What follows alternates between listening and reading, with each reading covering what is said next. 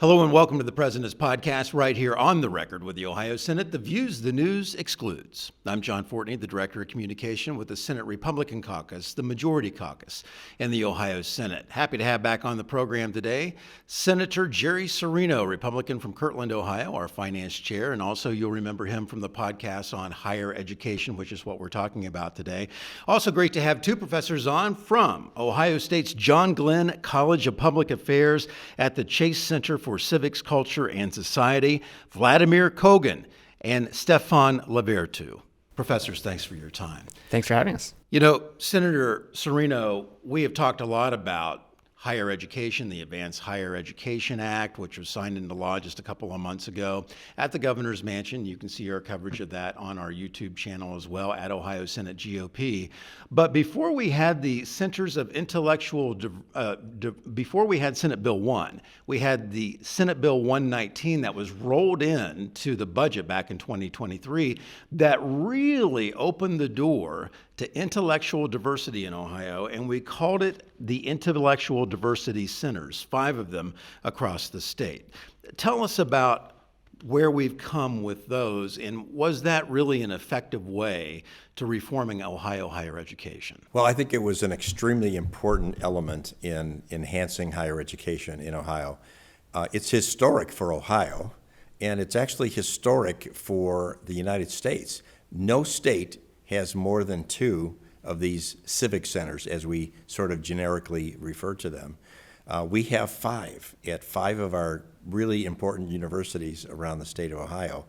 And the major rationale for establishing these centers is to give students an opportunity to experience true diversity of thought and to be exposed to important historical and civics activities in our history, and to give them an opportunity to select courses very often that they're required to take to meet social studies requirements, et cetera, that we know are going to be taught in a manner that is not divisive, that is not indoctrinating in nature, and that's what these centers are going to be doing. And they are just absolutely critical for us to take our universities where we believe they need to go to offset some of the problems that, let's say, we've had over the last several decades where students have not been exposed to truthful matters and accurate history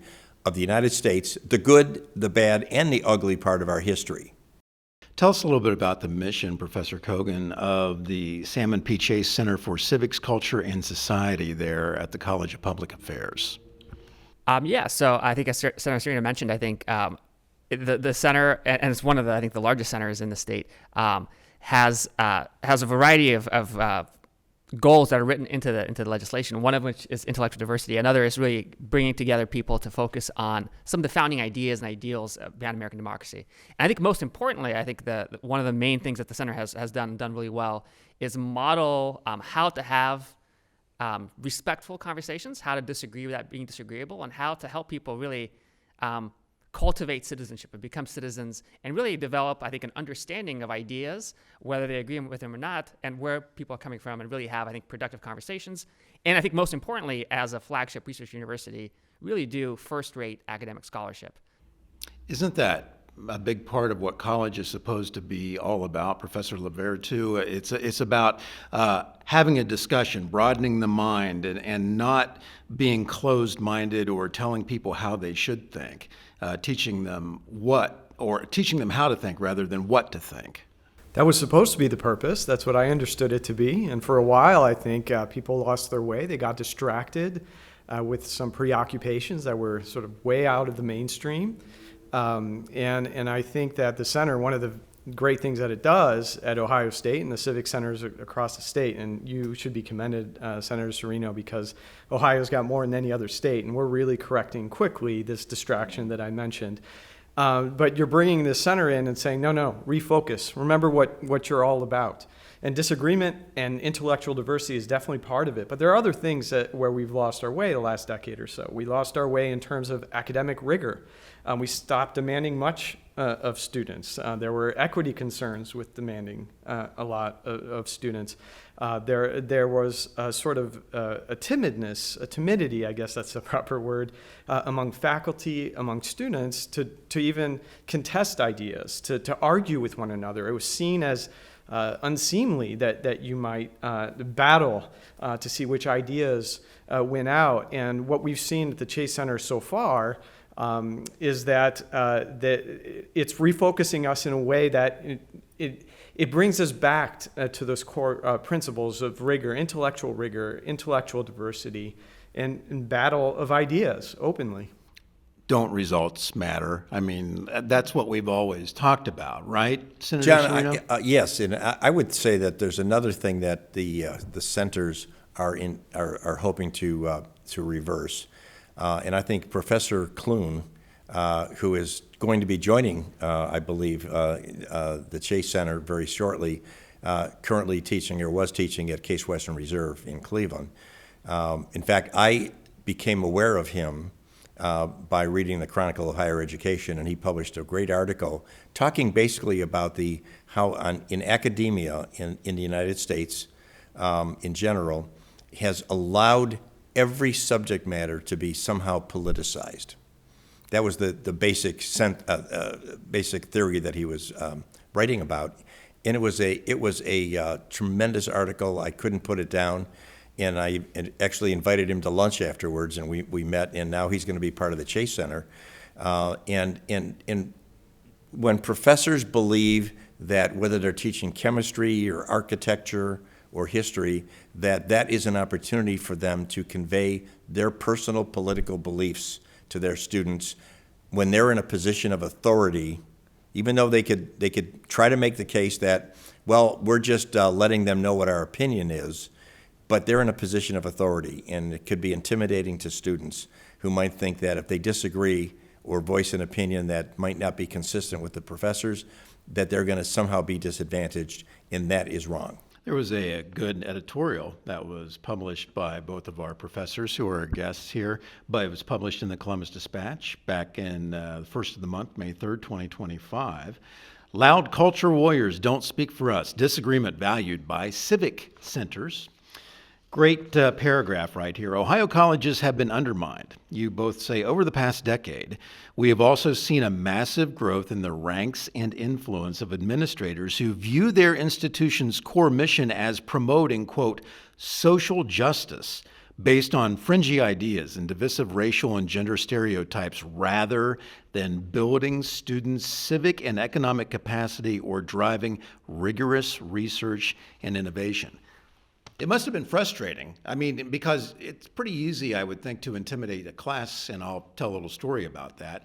But from what we heard also at the symposiums, the trustee symposiums over 2 years in a row that former President Huffman, now Speaker Huffman, but Senator Cirino hosted the university trustees, we had panels of professors come in and talk about how they were intimidated to even maybe have an idea or an opinion opposite of what the far left faculty would have, that you would be ostracized by that. How problematic was that for either of you? Yeah, it's a great question. I'll let Stéphane speak for himself. I think there's definitely an element of truth to that. I think there is a small number of faculty who have pretty strong views, and they tend to be the ones who volunteer for these kinds of positions. They become the most visible, and I think there is some amount of peer pressure. But I think it's important to put that in context. I think they're the exception rather than the rule. And I think one of the things we wanted to get across in this article was really to say, listen, don't try to generalize from a small number of really visible vocal activists who are doing some of the crazy things that Senator Cirino was just talking about. And to say, I think that really they don't represent, I think, the median faculty member. And I think to be fair, I do think all of us probably have good intentions. I think a lot of these folks do really see themselves as being in a position to try to make the world a better place. And I think for us as faculty, and I think maybe we should have stepped in a little bit earlier when some of these things were getting a little bit too extreme and said, you know what, maybe you have good intentions, but this is getting a little bit too crazy. Yeah, I mean, I've had experiences. I don't think I want to get into the specifics, but anyone listening to your podcast, whatever happened at OSU or other public colleges and universities is what was going on nationwide. Just imagine the Twitter bullies who are telling people that they're not allowed to look into where the COVID virus came from, that it was somehow racist to say it was coming from China, or all the other nonsense that was going on. It did turn out to be the China virus after all. It was weaponized in a that Chinese something lab. Finally, when the American government came out and told the truth that there were 3 major agencies that said, yeah, that was weaponized in a lab. So imagine you get those, some of those Twitter bullies and some of the Hollywood producers who are shoving some things down our throats. You've got the majority of the public that's against this. We know this from public opinion polls, but what were people saying? They weren't saying much, right? They were being bullied. And they didn't feel comfortable saying a lot. Now, since November, people feel comfortable, and we write this op-ed. But people need to be given permission to express themselves. They need to be told by leadership that it's okay to express themselves. We have leadership that's refocusing us right now at OSU, for instance. It's about excellence. It's about learning. It's about developing Ohio's economic prosperity and those sorts of things. And we have these civic institutes that are coming out and saying, no, disagreement's good. It's okay to disagree.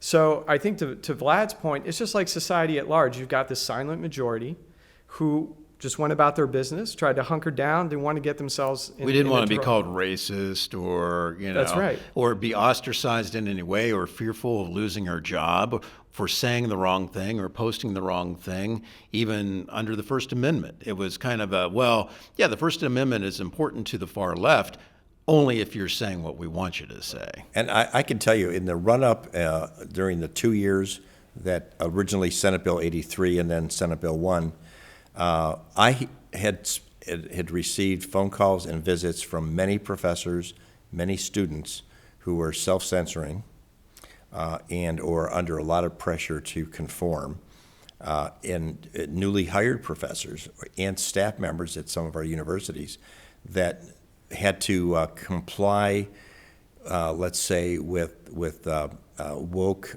perspectives in order to be considered for a position. It was DEI basically statement, it was litmus Yeah, testing in their hiring, which now they've all repudiated.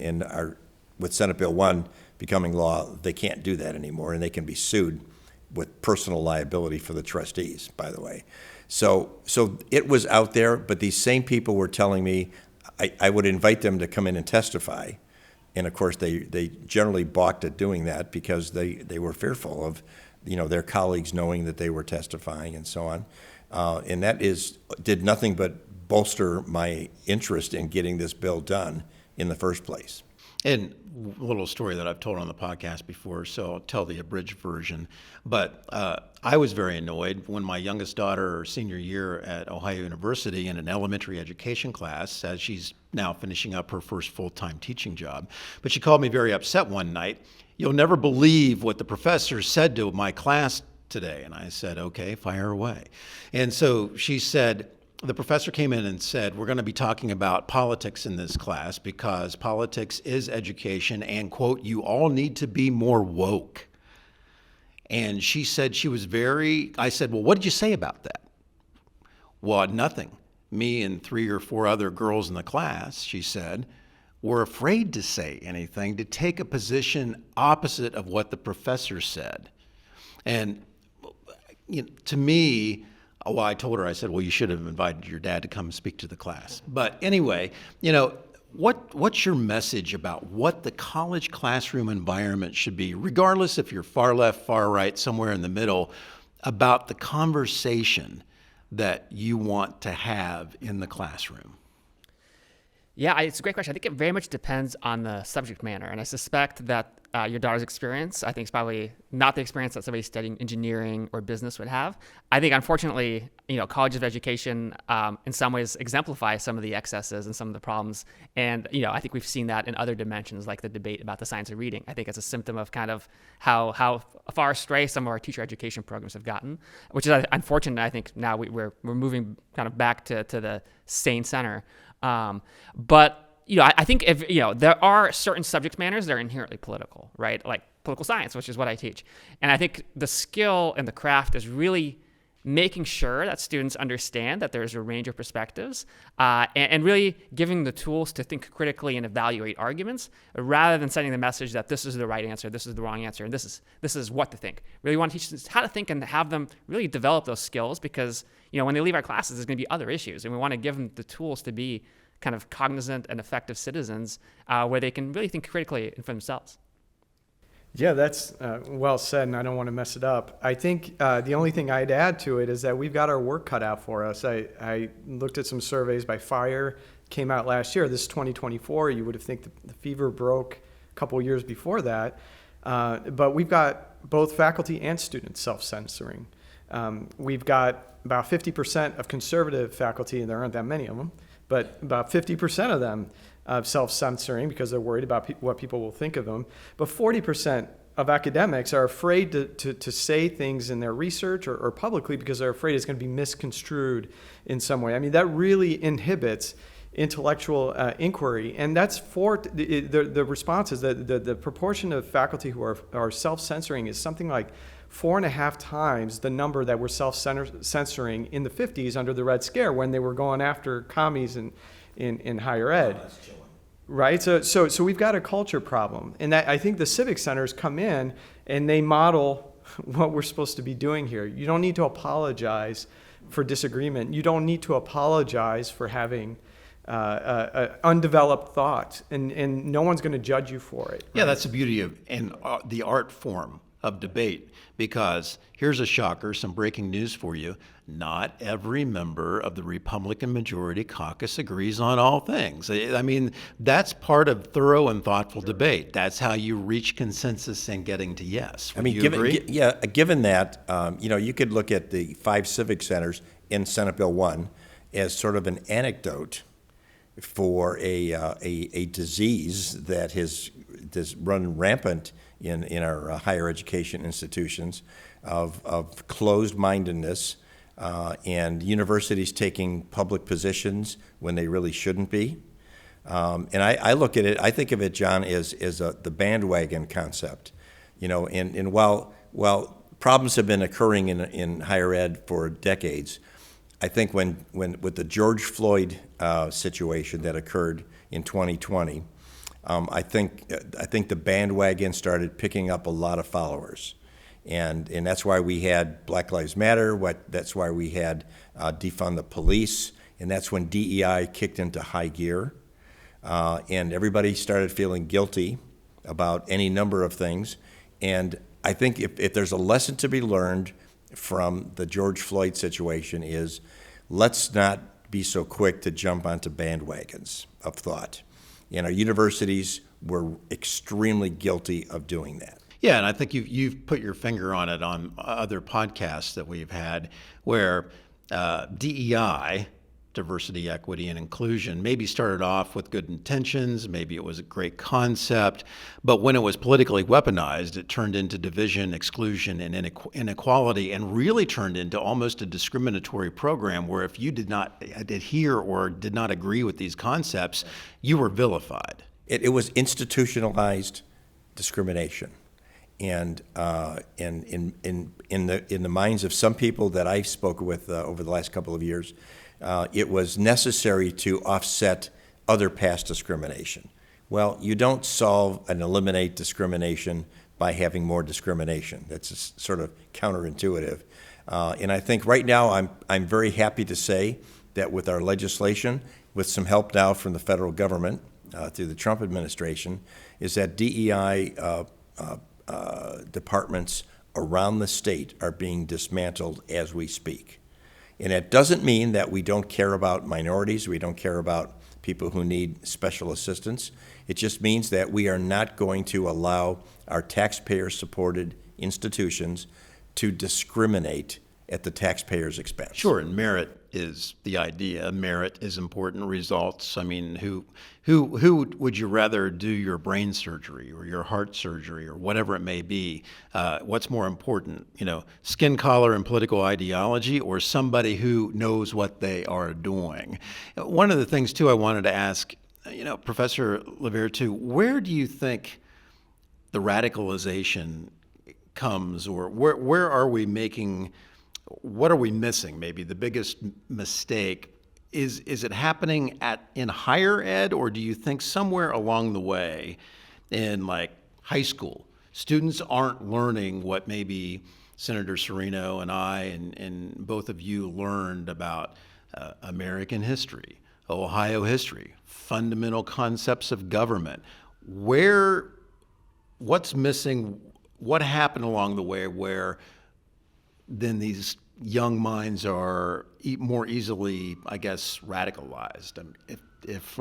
I'm not describing that quite the way I want to, but is something missing in K through 12 that critical thinking skills, in other words? Yeah, I think most people would agree with you. We had a focus on math and reading justifiably for a long time. We had these accountability systems in the 2000s, and I supported a lot of that kind of stuff. But we really took our eyes off of civic. I think that's part of it. And we've had massive declines in student achievement in K-12 since 2012, 2013, predating COVID. People seem to attribute this, and there's some evidence that suggests that maybe it has a lot to do with cell phones and things of that sort. But civics has declined probably more than anything else, right? And so we know that there's something going on there. We also have a lot of students who fail to appreciate why capitalism might be a good form of economic organization, or why democracy and the Constitution, our institutions, are valuable. I regularly encounter folks just by reading what's out there, but some of my students who fail to appreciate how our economic and political institutions brought us to where we are in the United States. I think that's a very troubling thing that we're dealing with. And again, the civic centers can help with that sort of thing. And so I definitely think there's a pipeline issue. I don't think that folks would be nearly as impressionable.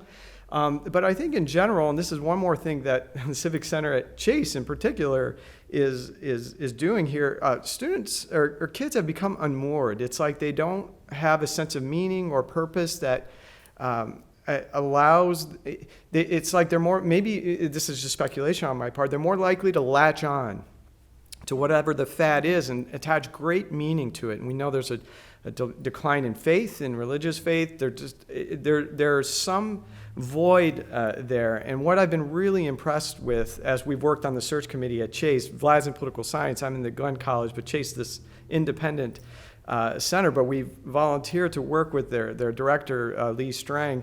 And what I'm blown away by is that everyone that he's bringing in is very much committed to education, but also character education, virtue, ethics, exploring how we can shape and mold citizens, not just to know how to participate, because you can participate and do all kinds of loony stuff, but participate in a thoughtful, informed way. So I think, frankly, that's the most exciting part of the Chase Center for me, because that's the part I didn't anticipate. That's a great answer, because, yes, unmoored young minds tend to latch on to the bandwagon of whatever the social media populace is. Yeah, well, if I can just maybe jump on maybe one point of disagreement. I think it's important not to exaggerate the extent to which students are indoctrinated or persuaded. I think Ohio State, we draw from the entire state of Ohio. We have a very diverse student body. And I suspect, and particularly, some of the kind of extreme classes that we're thinking of, I don't think many of those students come out persuaded or kind of indoctrinated one way or the other. And I think if you look at the fire surveys, maybe one of the most challenging for us how to think about is certainly, some of the pressure, some of the conformity is coming from fear of professors and authority. But a lot of that's peer pressure, right? There's a small number of very vocal activist students, and I think they also have an impact on their classmates. And I think that's a cultural issue, right? That's not something we can change through legislation. And then I think hopefully something like the Chase Center can really be a model of like building norms of what it's like to be a student with diverse opinions and cultivating kind of productive conversations to address that part of it. In the 2 years leading up to Senate Bill 1 and its prior predecessor bill, one of the things I really wanted to do, and I would never had the opportunity to do, that was engage with one of the students either testifying or protesting at our hearings or at our general session, and actually sit down and have an intellectual discussion with them about what was in the bill. And the reason I was unable to do that is because every one of them that I spoke with or encountered in brief conversations, sometimes longer, They had not read the bill. They believed what they were told. They were going off of talking points. And for example, one of the most egregious errors that many of the opponents of the bill continued to perpetrate, they still do it, is that Senate Bill 1 barred certain subjects from being discussed in the classroom. Well, if you read the bill, even half asleep, having martinis, you would know that that is not the case. That what we said was anything can be and should be discussed, different sides of issues, but they should be balanced. We just didn't want indoctrination happening. And yet that was the core principle. In fact, even when we had our final vote on the bill in the Senate, when we concurred with the House changes, Senator Antonio, the minority leader, got up and said the very thing that I just talked about. She said, this is a restriction of speech and it limits certain topics from being discussed in the classroom. And I saw her afterwards, after we passed the bill, and I explained to her, you know, Senator, that is not in the bill. You were wrong in your assessment. And she said, gee, I didn't really know that. And that could only come from the fact that she may have never read the bill. Yeah, it pays to do some research and reading. These centers, they actually operate independent of the university. What is the organizational structure of that? That's a great question. And so we worked very diligently to write the language such that the independence of these centers, even though they're housed physically at the universities, that they were independent. And we didn't want the faculty senate of any institution to have any say-so. They could provide input, and the directors can ask for their views and opinions, but they are not engaged in the hiring process. They're not engaged in curricula. We were very careful to be very specific on how the independence was going to play out for these centers. Because after all, these centers are there to correct a trend that has been going on in the past.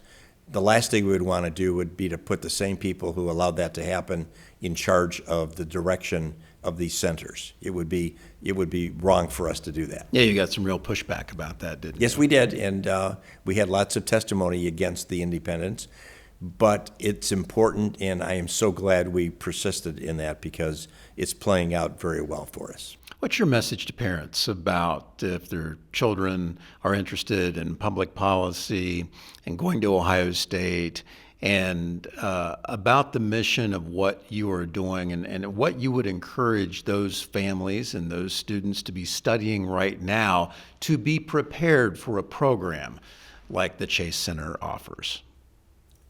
That's a good question. God, there's so many things I want to tell families and then related to Chase. Well, first, OSU, Ohio State is awesome. I feel the need to do this, and I'm sorry if I'm hijacking your question a little bit, but public colleges and universities are really important to Ohio. Mm-hmm. They bring a lot of benefits to Ohio. And one of them is shaping citizens, and we've talked a little bit about that, teaching people how to be good citizens, but we're also training the workforce that's going to become the leadership here in Ohio and make decisions like Senator Cirino is making. That's critically important.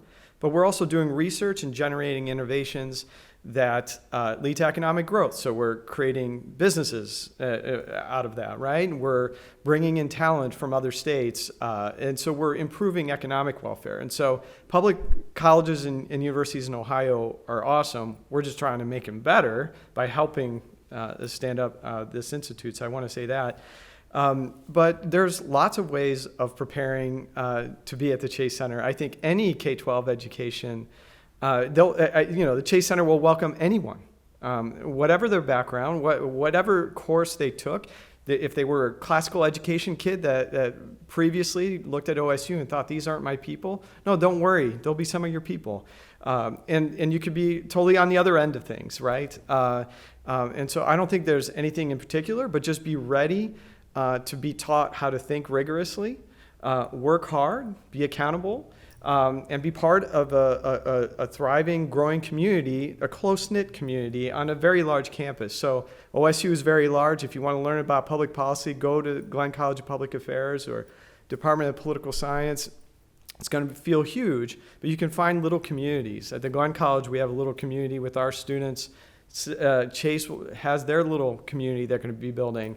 And so your student can feel cozy even at a large university because of places like this. Yeah, that's really well said. I think that's right. One of the reasons I wanted to be involved with the Chase Center is I'm really concerned that we were losing credibility, right, with parents who were seeing, kind of crazy videos go viral or crazy anecdotes. And I think, this is a chance to say, don't worry, these crazy cases is not the norm. And, we're here to help educate your students, to prepare them to be voters, to prepare them to be successful in their careers.